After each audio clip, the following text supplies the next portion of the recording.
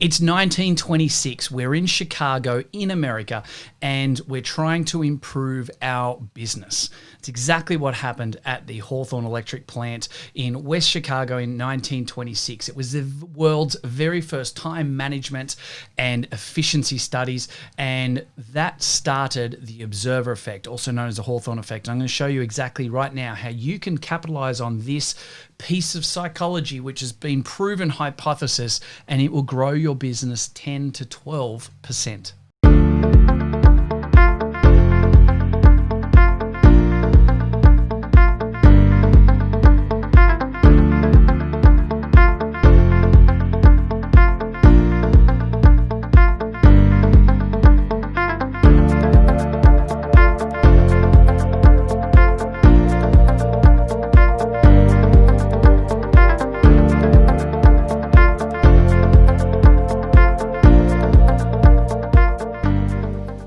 So yes, we're going back all the way to 1926. There was studies done by Elton Mayo. And now Elton Mayo was an Australian, actually. That's fantastic. Of course, all the smart people come from Australia. He was actually a psychologist from Adelaide, and he was doing some amazingly great work, and he was actually over working with Harvard as well for 5-6 years before that, and he actually pioneered the very first time management and efficiency studies anywhere in the world. Now, they did this in West Chicago at the Hawthorne Electric Works plant. Now, this was a state-of-the-art location. They had 35 or 36,000 employees. So you can imagine back in 1926, the Great Depression was rolling through, well and truly before World War II. People were coming out of the back of World War I, and you've got a state-of-the-art electric plant with 35, 36,000 employees, right? They're trying to, for the first time ever, create an avenue where they're getting more efficiency from workers.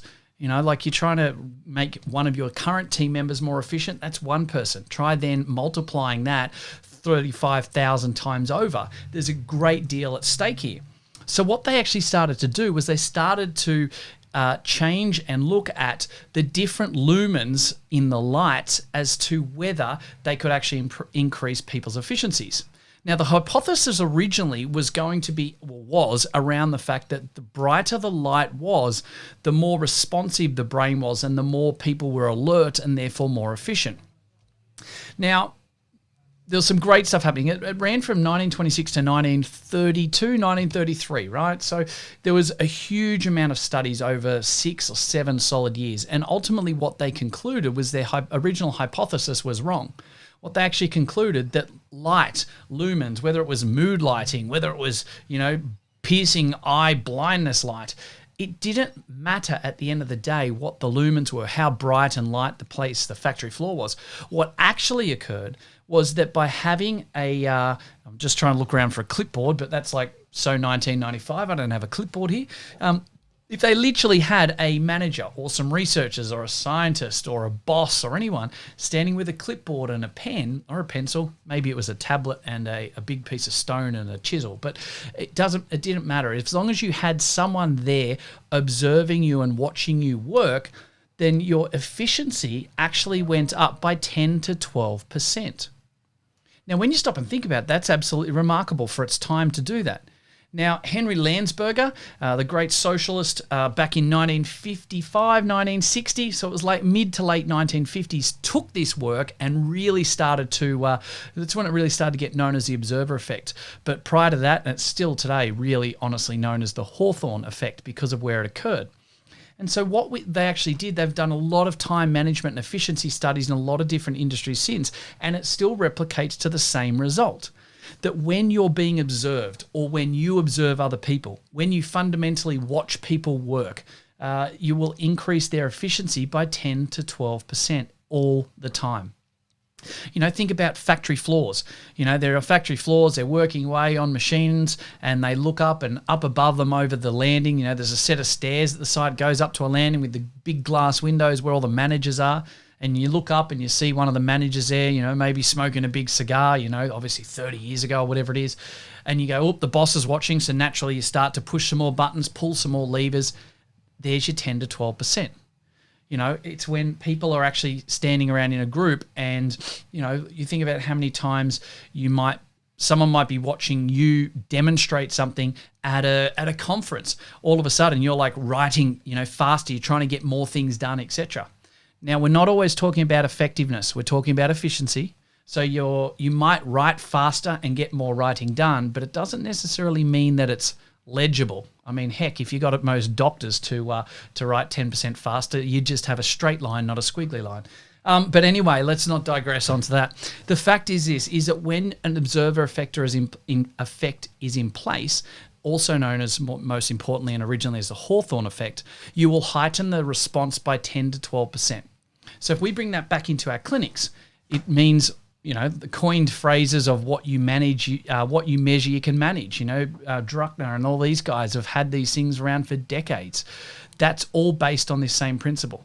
If you measure certain metrics in your business and you talk to your team about it, naturally, without actually doing anything, you're going to improve it by 10 to 12%. Now, we've done this ourselves in our clinic. We work with clients on this to try and prove this wrong all the time, and it happens all the time. I did it last week with 2 of our clients on their cancellations. One client had over 35 cancellations, the other one had 31. Now, for a business of their size, they should be looking at having 12 to 15, and this is off benchmarks that we have with all of our client data. Obviously, these benchmarks are ours. We're working with hundreds of business owners in Australia in the allied health industry. No one else has these benchmarks. We do, and we know where they need to be at, 12 to 14 for their business size, and one was at 31, one was at 36, 37. So we literally spent 2 or 3 minutes going over a couple of phrases, what we needed to do, how we needed to do it, what we were going to say to the team. Both business owners took that into the team meeting, approached it the right way, implemented that, and literally in the next week, both of them dropped down to be under 20. So what was a trend over 2 or 3 weeks to be up into the low or mid 30s in cancellations was pulled all the way down to under 20 straight away in less than a week. So they've already halved their cancellations. So if their average dollar sale is $100 per consult, then for those companies, the next week, based on their averages in the previous weeks, they actually were having an extra 16 to 18 consults, which is an extra $1,600 to $1,800 in revenue in the very next week. Now, we can do this all the time over and over again, and the facts get laid out bare each and every time. Whatever you measure and work on is going to be able to be improved, okay? But with the Hawthorne effect and the observer effect, the mere presence of having a focus on it is going to always improve the efficiency by 10 to 12%. Now, this also happened in Australian retail in the late 1990s, where, and some of us are old enough to remember this, and you come out of like a Myer and David Jones or Grace Brothers and things like that, and they'd want to do surveys and feedback, etc. They'd have people with clipboards and asking you questions. And what they actually found, even with surveys, is that when they were talking to people, they'd ask them what their experience was like, whether it was good, etc. But they were also asking questions about what was the worst part of your shopping experience with us in our store today. Now, here's the challenge. Because they asked a negative question, they forced the person to actually stop and think about the negative connotation of their visit to the store only moments earlier. And what they actually found was that when you actually do that in a survey scenario and you ask for a negative question to be asked, most people aren't actually finding it that as a negative buying experience. They might not have thought it was great, they might not have got what they want, but they didn't think it was bad.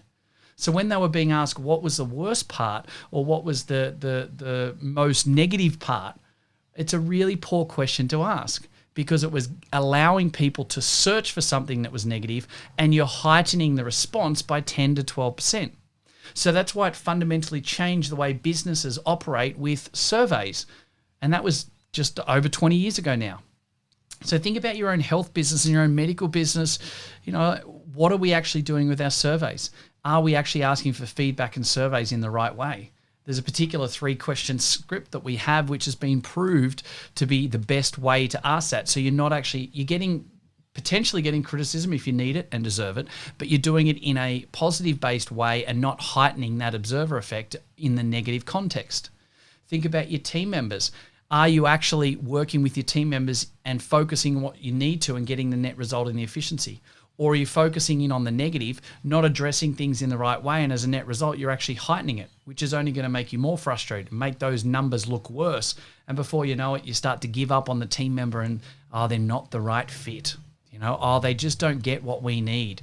You get frustrated because certain things aren't being said and done as you like them to be. Well, here's the thing. What we need to realize is this isn't because they're a bad person or they're the wrong fit. It's actually because the observer effect is in play. Psychologists know it's there. We know it happens all the time in our businesses, and it's very, very prevalent for us to know this, learn this, and understand this in health businesses. Wherever you are in the world, we need to make sure that we're heightening the positive response of what we're wanting by 10 to 12% from that observer effect. So what is it that you're measuring? What is it that you're talking about? What are you focusing on? What are you paying a little bit of extra attention to with your team members that you're wanting them to improve upon? Because all of those are going to have the observer effect, firstly known as the Hawthorne Effect, in place, and we want to make sure that we're using that to our advantage all the time, that we can create more scalable, saleable, momentum building businesses that create more impact. And that's what it's about. So get stuck in, make sure you focus in the right place, make sure that we get the observer effect working for us and not against us. I'll talk to you again very soon. Hey guys, thank you very much for listening to another episode of the Profitable Practice Podcast. I would love nothing more than for you to be able to leave a review. I get so much joy out of listening and reading the amazing things that you guys say about this. So please subscribe to our channel, leave a review, and share it with your friends. Let's get some more fantastic information out there so all of us can grow the industry together. Cheers for now.